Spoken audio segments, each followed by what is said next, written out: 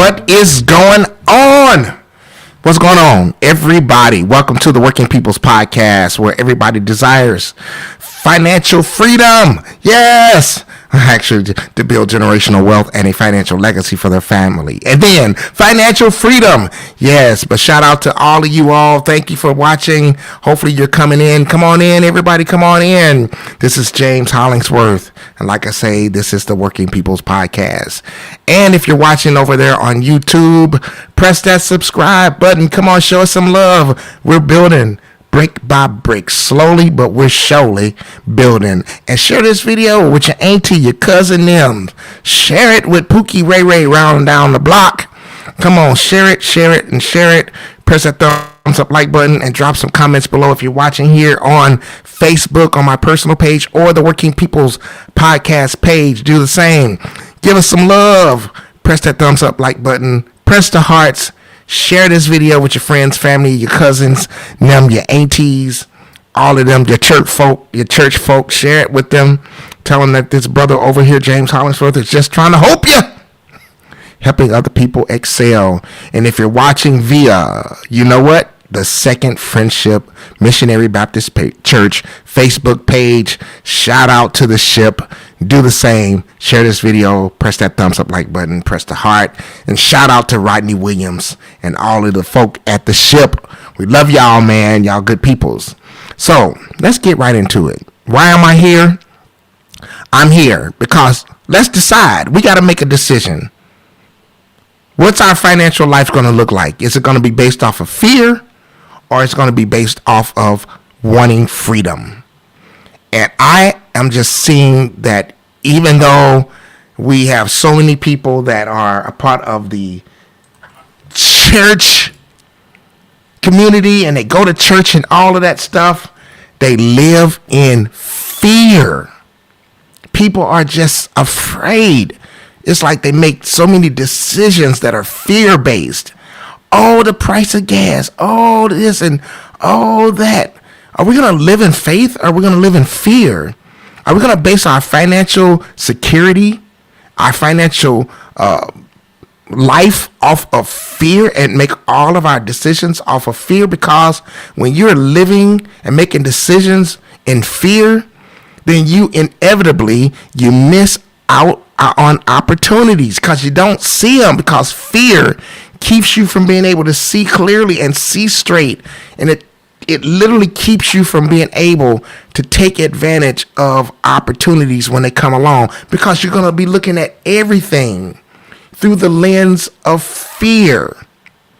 And you'll be sitting back. I got something I'm going to read to you, because some of y'all, you may read your Bible, but I don't think you read your whole Bible. I don't know do you read your whole Bible?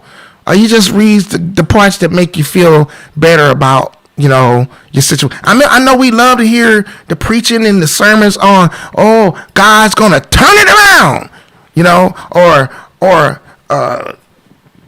I don't know, just stuff, man. And it's just is disheartening because we want to feel good about what? Feel good about our, so that we don't have to change. We don't have to put any effort into something. So we just want people to tell, don't worry about it. Everything's going to be all right. You just fine. God loves you the way you are. Everything, you fine the way you are. Don't worry about it. And it's like the effort that it takes to change and the effort that it takes to make things better. We don't want to take that responsibility on our shoulders. We want to throw it off on church and religion as if we have no responsibility in it ourselves. And there's a scripture that we talked about a few weeks ago about sowing and reaping. Look, you reap what you sow.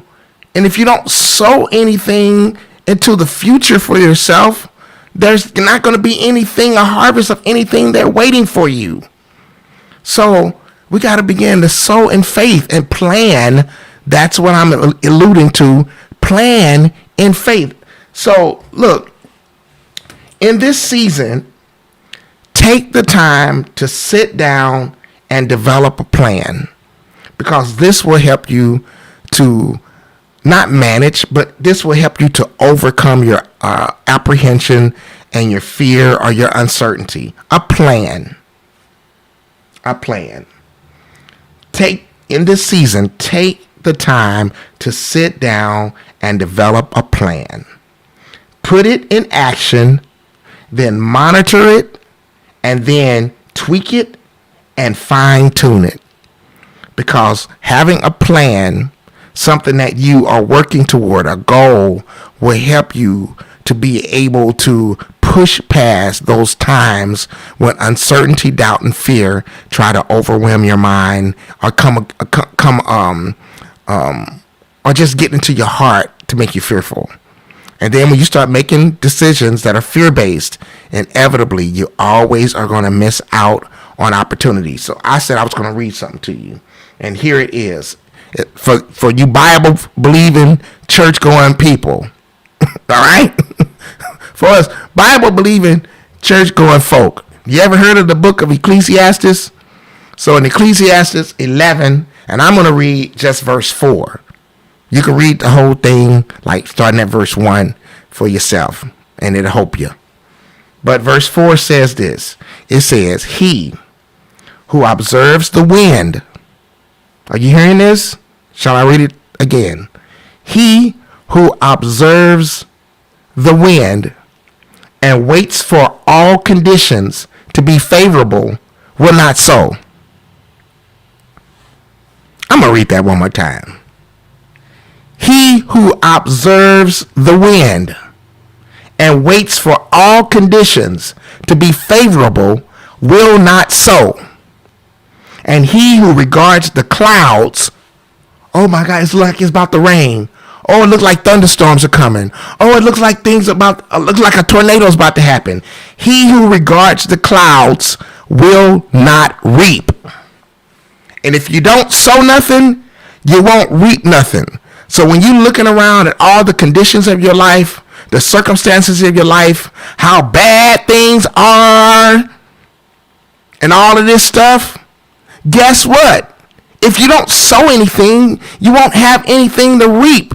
And if you are taking in consideration all of the bad things that can happen or all the bad things that is going on for you financially, you won't make the necessary changes and decisions to sow something today that can turn into a fruitful harvest for you later on in the days and years to come. I'm just trying to help you. And we got to get out of this fear-based decision making.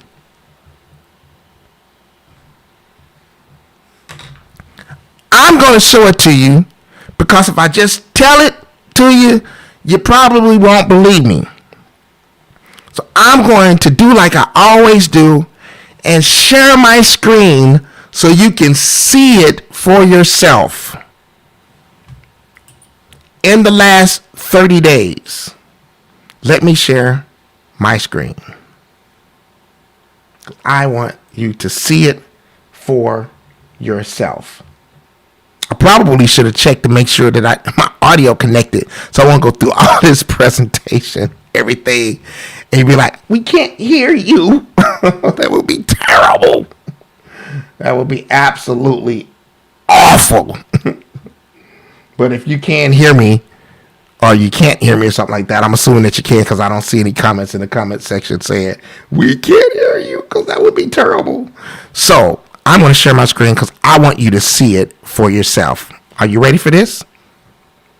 Are you ready for this? Right. Oh, hit the wrong one. Sorry. Here we go. There we go. Now, mind you, I want to tell you, past performance is not indicative of future performance, right? That's the disclosure statement that you'll always get when it comes to anything relating to finances, money, stock market, investing, and all of that stuff like that.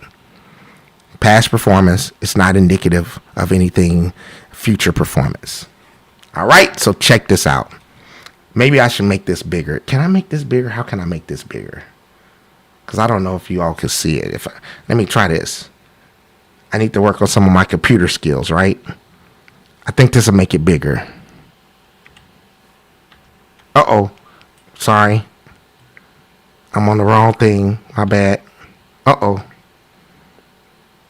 Uh-oh. Hold up. I did the wrong thing. Sorry. Uh-oh. Oh, Lord. Here we go. Oh, God. Jeez. I'll fix that later. In the meantime, I was over on the wrong screen. I should have been over here. Now I think if I do it. There we go. Right. So now I did it better. I messed up. Now my screen or where I'm looking at is small. I'll figure it out though. I'll fix it. So look here. 2022. You got where we were at the year open. This is the Dow Jones Industrial Average. This is historical data, right? So for 2022, at the beginning of the year, we opened at 36,585.06, right? Our high for the year earlier this year was 36,799.65. Our low, when we hit the correction, went to 29,888.78, right? Where we closed at on Friday, August 12th, 33,761.05. So the Dow Jones Industrial Average was down. I didn't get the final number, the highest number, but I'm going to say probably 19%, right? As of the last 30 days, we are up 10.22%. So that close to 18%, 17, close to 18%, the Dow was down for the year. Over the last 30 days, right, we are up 10.22% on the Dow Jones Industrial Average, where now we're sitting from the beginning of the year at an annual percentage change of negative 7.09%. So the market's down just a hair over 7%.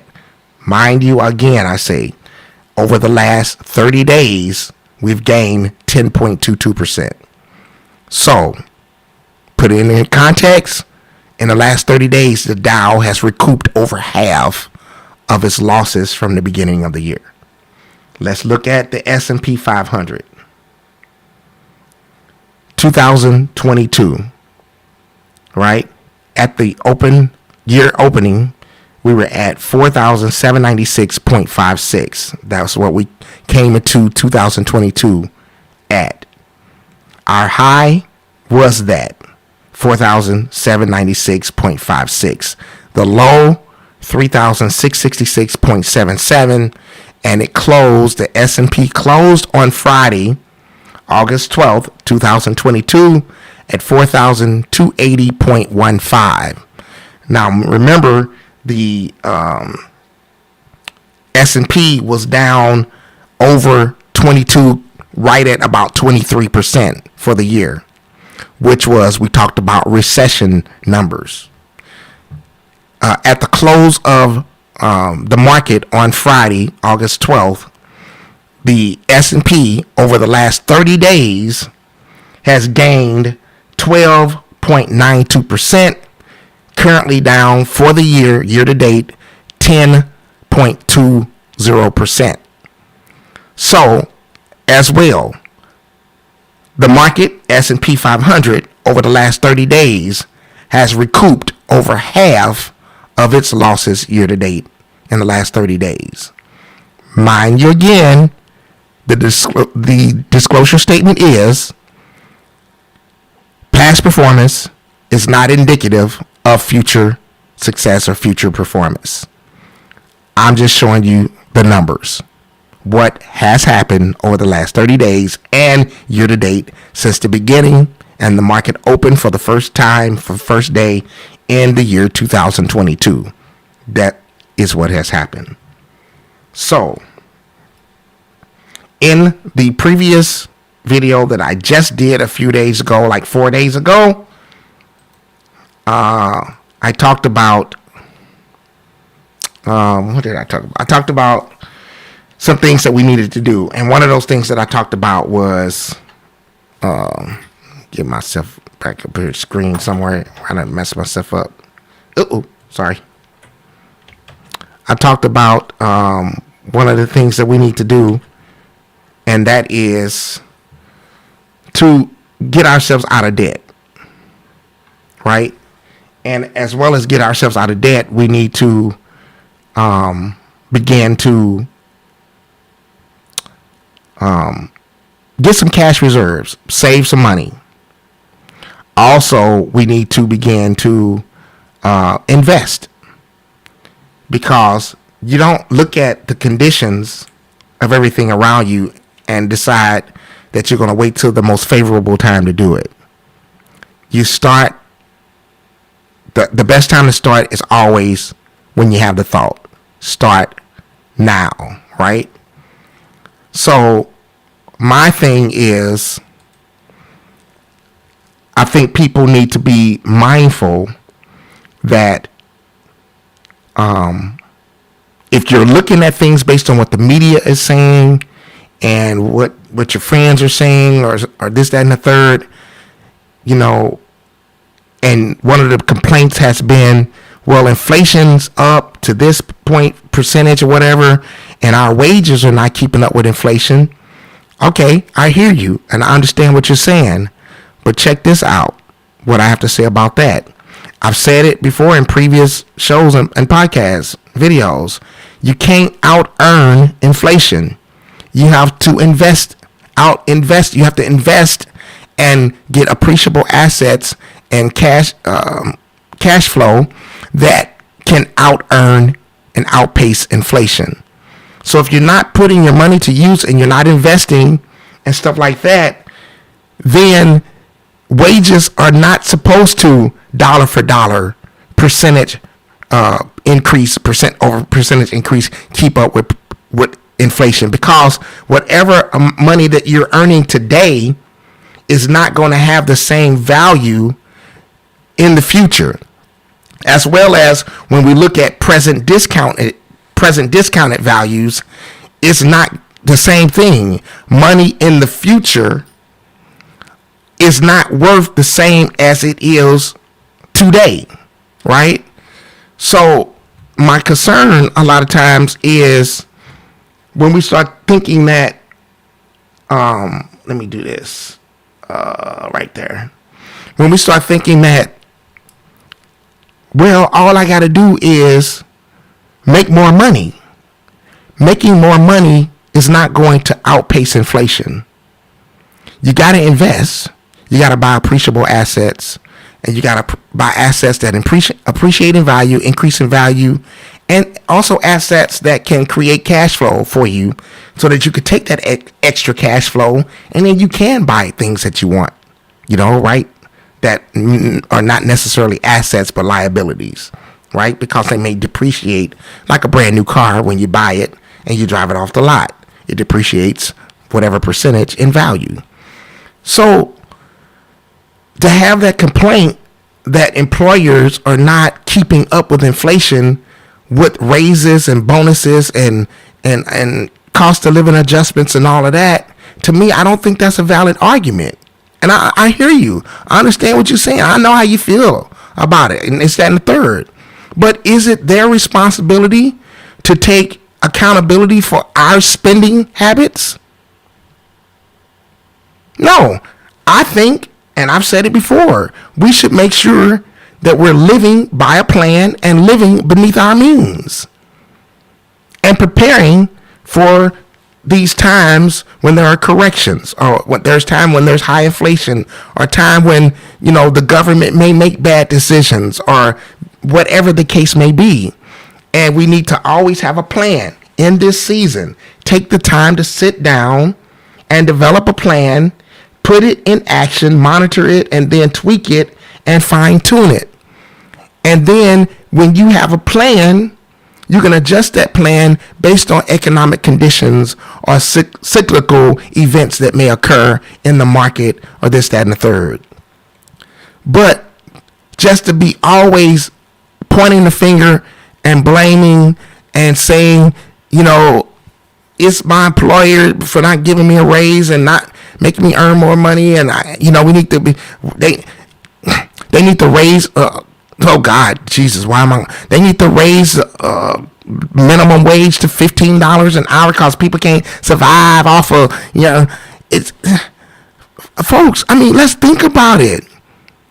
Do we want everybody to do all the work for us? Do we want to put any effort into it? Do we want to take any level of accountability for the decisions that we make for our own financial life? Don't you think we should be taking accountability and ownership and taking ownership of the decisions that we make for our own financial security, and not waiting on the government or waiting on your employer or waiting on someone else to do something to make your life easier? Y'all forgive me for just being like that. And at the end of the day, we got to take ownership of the financial life that we want in the future and start doing something about it today. And that, going back to the previous video that I just did about the economy, the housing market, and all of that stuff, and that starts with, let's take control of our finances. And number one, if you don't live by a budget and you haven't been doing it, write down your financial situation, your expenses, liabilities, what you own, what you have, your bills, how much you make. Come up on a budget and start living by a budget. Make some cuts somewhere. Make some cuts. Make some cuts in your cable, make some cuts in your phone bill or whatever. Make some cuts.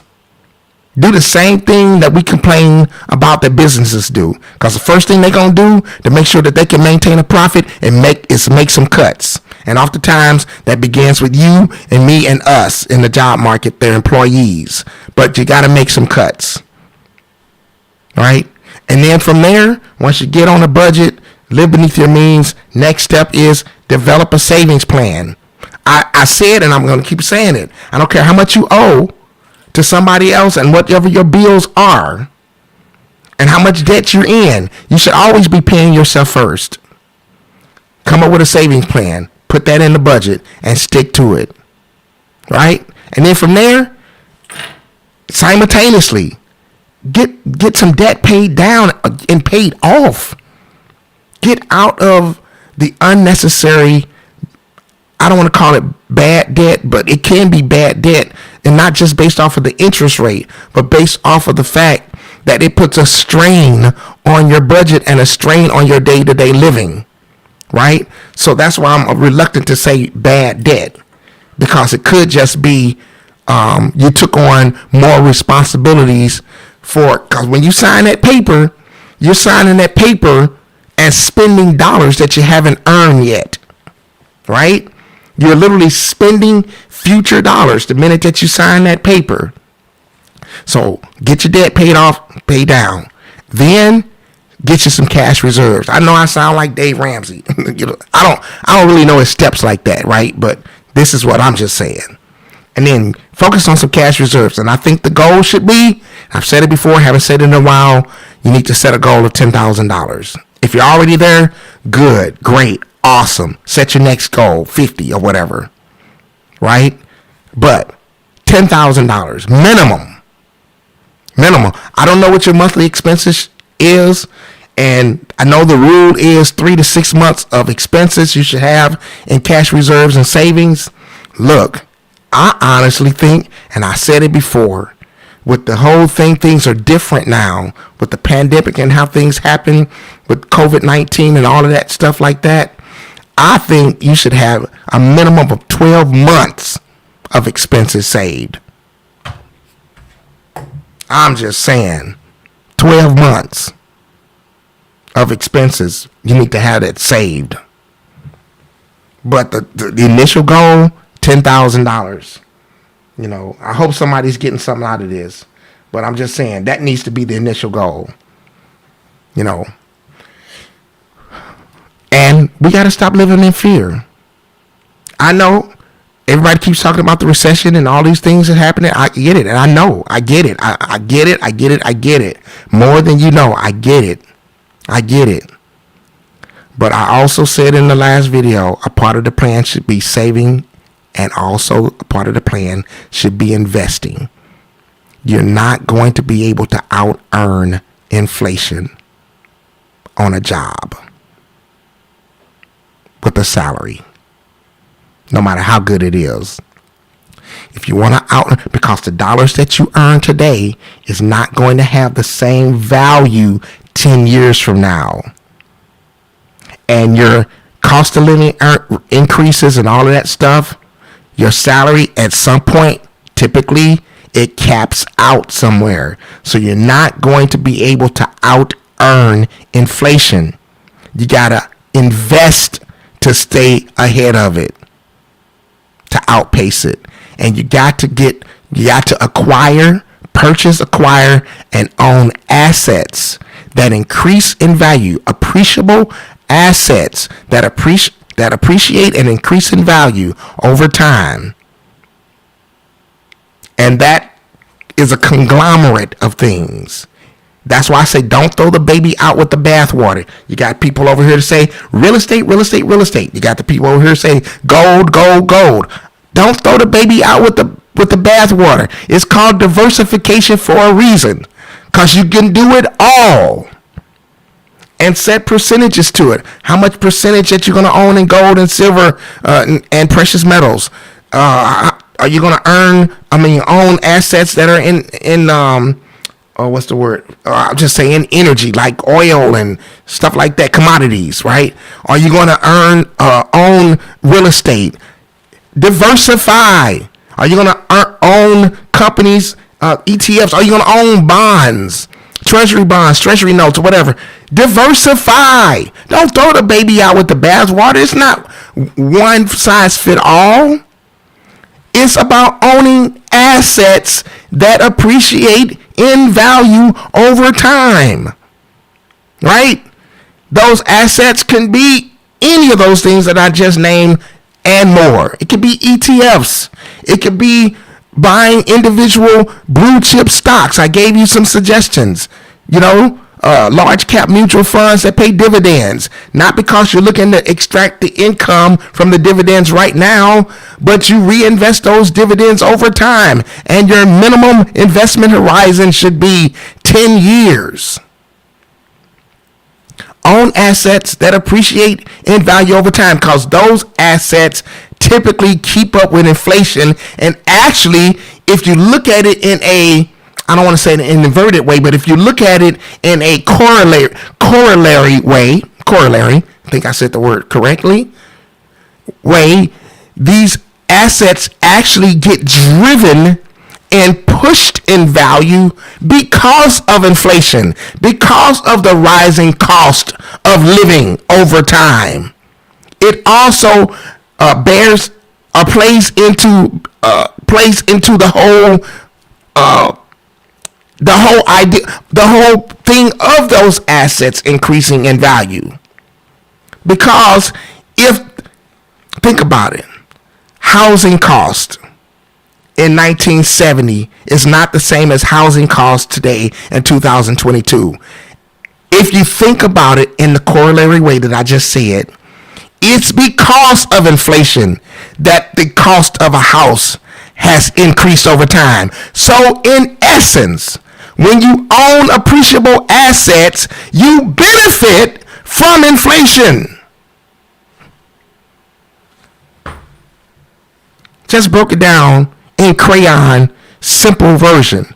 so you benefit from inflation and you won't spend all your time complaining about inflation. Because when you own assets that appreciate and increase in value over time, as inflation and the cost of living rises over time, and it should rise at a acceptable modest rate, also the assets that you own will not necessarily side by side parallel. The goal is you want them to outpace inflation, even if it's only by 2%. Even if it's only by 6%, whatever the case may be, as long as it outpaces inflation. And the value of those things will increase over time simply because the cost of living and inflation will push them to increase in value, just like I used the analogy of housing costs today. So when you invest your dollars and invest your money in things that appreciate, then in essence, you become a beneficiary, or you benefit from inflation. On that note, I'm going to wrap this video up. You can challenge my ideals, my philosophies. I'm cool with that. Don't have a problem with it. You can say I'm cuckoo and I don't know what I'm talking about. I'm good with that. I'm good with that. But I will say this. Take ownership of your financial life. Are you going to live in freedom, or are you going to live in fear? I gotta go. But if you've been watching on YouTube, press that subscribe button. Press the thumbs up, like button. Drop some comments below and ring that notification bell. Ding, ding, ding, ding, ding. On Facebook here, let me check again. Are there any comments? I don't see any yet. And do the same. Press the thumbs up, like button, press the heart button, share this with your friends, family, and your cousin them. And also, if you're watching on the Working People's Podcast Facebook page, do the same. If you're watching on the Second Friendship Missionary Baptist Church Facebook page, thank ya. And let me go over there real quick to see if there's any comments. Let me just go over there real quick to Second Friendship Facebook page and see. Let me see. What's up, Lester Earl Buckley? What's up, Buckley? What's up, Buckley? Let's see what you got there. Love you too, bro. Thank you. Thank you, Buckley. Appreciate you, man. So, I gotta go. I got to go. But thank you for watching. And shout out once again, Rodney Williams and Second Friendship Missionary Baptist Church and the ship. Appreciate y'all. I am out.